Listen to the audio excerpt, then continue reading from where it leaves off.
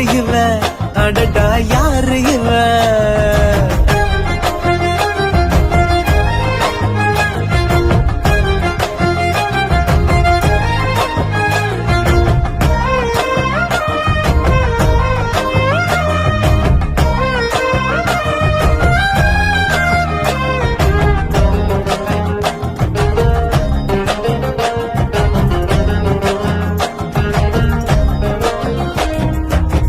நில ஒன்று தரையில் வந்து நடக்குது எதிரில் நின்று, எனக்குன்னு பிறந்தவதா என்று